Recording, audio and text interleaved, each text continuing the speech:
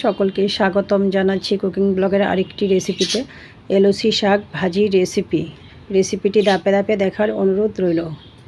এলোচি শাকটাকে আমি ডাঁটার নরম অংশ সহ বেছে ধুয়ে পরিষ্কার করে নিয়েছি। চুলাটা অন করে বসিয়ে দিয়েছি একটি পাত্রতে এলোচি শাক, দিয়ে দিয়েছি স্বাদ মতো লবণ, স্বাদ মতো কাঁচা লঙ্কা, কুচি করে রাখা বেশ খানিকটা পেঁয়াজ। ঢাকনাটা দিয়ে দিয়েছি খানিকক্ষণের জন্য। ফিরে আসছি 2 থেকে 3 মিনিট পর। ঢাকনাটা নামিয়ে নাড়াচাড়া করে নিচ্ছি।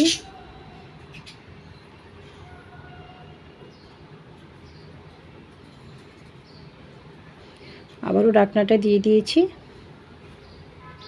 খানিকক্ষণ পর ঢাকনাটা নামিয়ে নিয়েছি, নাড়াচাড়া করে নিয়েছি। তো দেখতেই পাচ্ছেন শাকটা সিদ্ধ হয়ে গিয়েছে, নামিয়ে নিয়েছি। চুলায় আরেকটি কড়াই বসিয়ে দিয়েছি।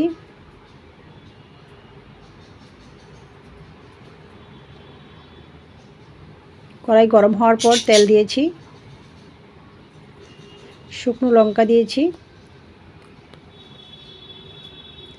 চামচের সাহায্যে নাড়াচাড়া করে নিচ্ছি।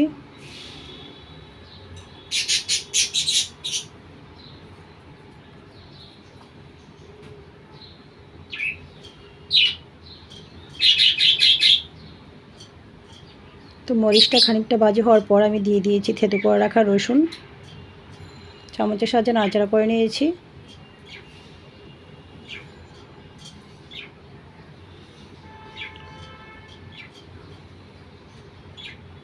আবারও নাড়াচাড়া করে নিচ্ছি।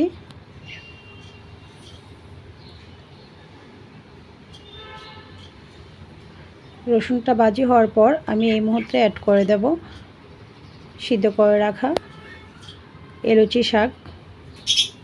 তো আমরা অনেকেই জানি এলোচি শাকটা আমাদের চোখ ভালো রাখতে সহায়তা করে। আবারও চামচের সাহায্যে সব কিছু একসাথে নাড়াচাড়া করে নিচ্ছি।